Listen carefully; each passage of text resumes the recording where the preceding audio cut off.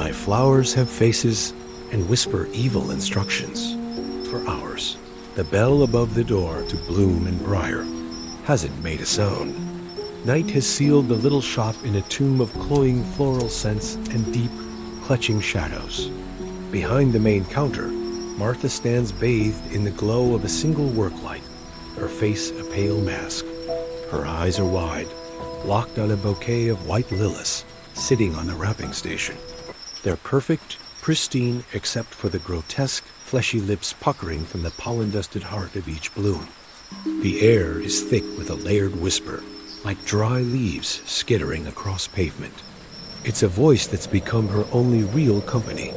The thorns are thirsty, Martha, it sighs, a chorus of sibilance that seems to rise from the lily themselves. Mrs. Gable's prize roses they win every year. They mock your garden. They need to be pruned, severely. Use the shears. Make it quiet. Martha flinches. A single tear traces a path down her cheek. She's 47, but in this moment, she feels ancient and cold. Slowly, she raises a trembling hand, her fingers hesitating before brushing against one of the petals. It feels like skin, unnervingly warm. As she makes contact, the petal recoils slightly, and the fleshy lips on the stamen curl into a silent, knowing smile. It wasn't always like this. The whispers started subtly, just a week ago, hiding in the rustle of fern leaves and the gentle drip of the watering can. At first, she thought they were her own thoughts, just amplified and shot back at her with a venom she didn't recognize. She'd be trimming the brown edges off a peace lily, and a soft hiss would weave into the air. They pity you, the voice, then singular, had whispered from a pot of African violets. They come in for funeral wreaths and christening bouquets, and all they see is the lonely woman who talks to her plants, childless, loveless.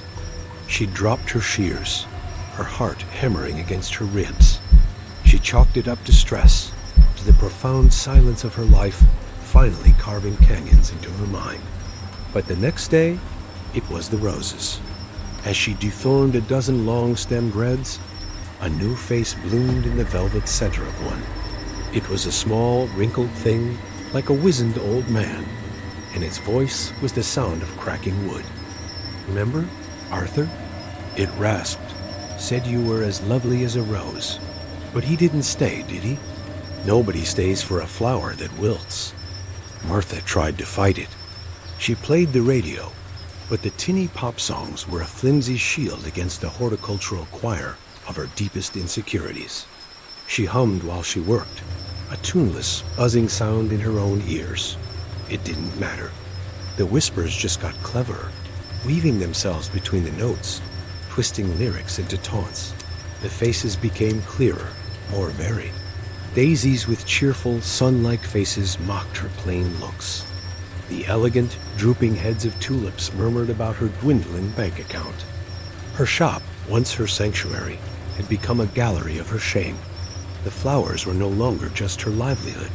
They were her judges, her jury, her tormentors. She couldn't even look at them directly anymore, her gaze always skirting past the beautiful, grotesque blossoms that now watched her every move. She thought about closing the shop, just selling it all, but the thought was terrifying. This place, these plants, they were all she had. The loneliness that would follow felt like a void she couldn't possibly survive. The whispers knew this. They fed on it, and they promised her an end to the loneliness, a different kind of company, a more powerful one. The command about Mrs. Gable's roses hung in the air for 2 days. It was a constant, insistent hum under the surface of everything. The lily seemed to track her as she moved, their white petals like accusing fingers.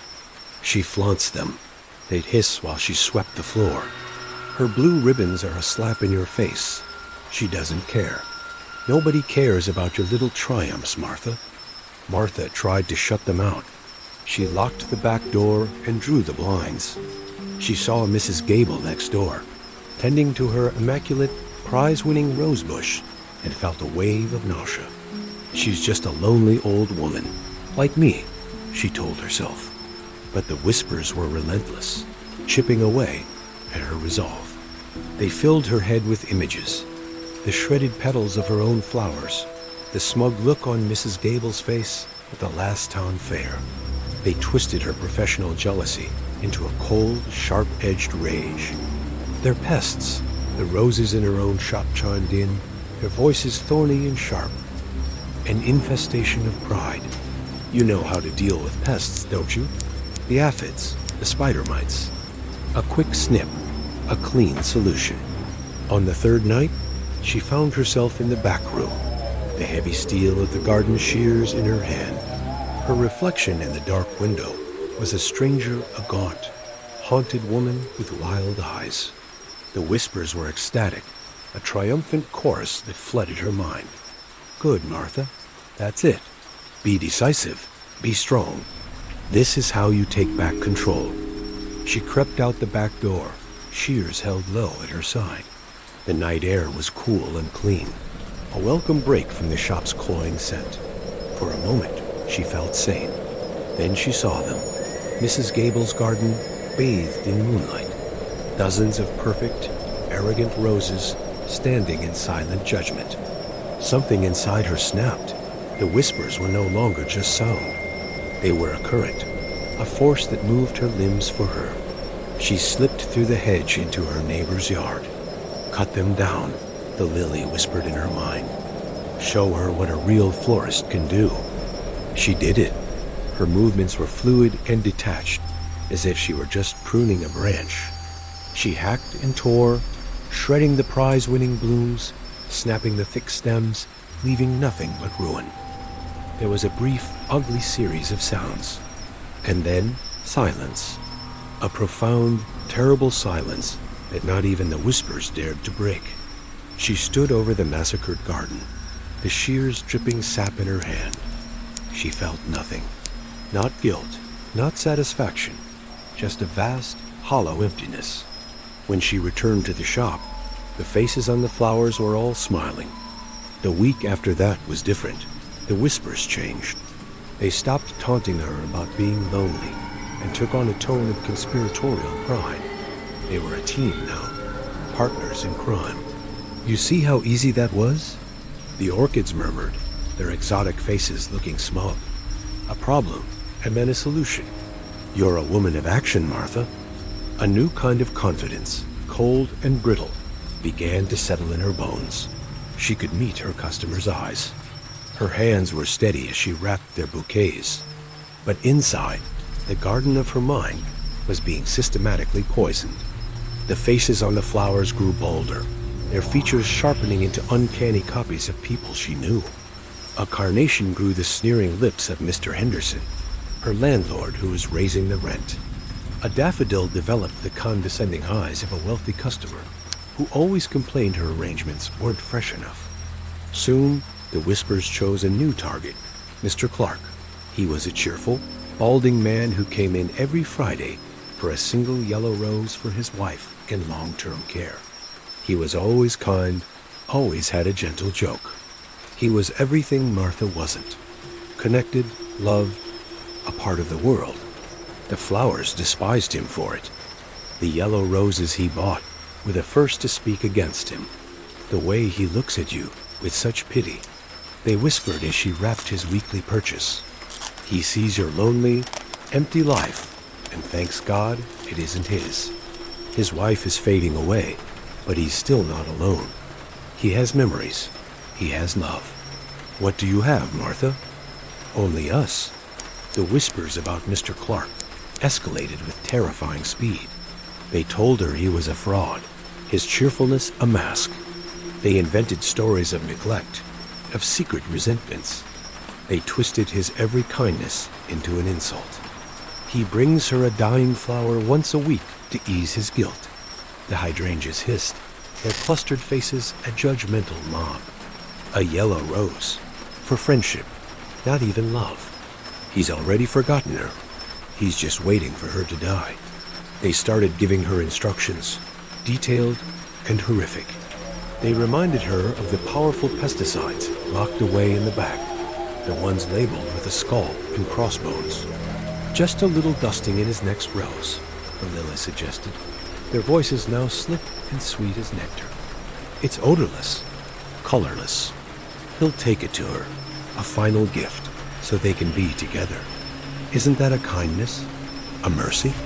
You'd be doing him a favor, Martha. You'd be ending his charade." Martha stands in the back room of the shop. It's Friday morning. The air is thick with the smell of damp earth and the silent, expectant hum of 1,000 whispers. On the potting bench sits a single, perfect yellow rose in a slender vase. Next to it, a small, unlabeled bag of fine white powder.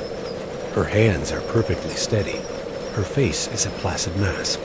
She looks at the rose, and from its center, a face stares back at her.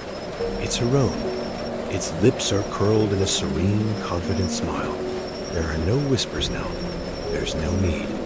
The instructions have been given. The ritual understood. There is only a shared, silent purpose. The bell on the front door chimes, its cheerful ring of profanity in the charged silence. Be right out. Martha calls, her voice clear and light. She picks up the yellow rose.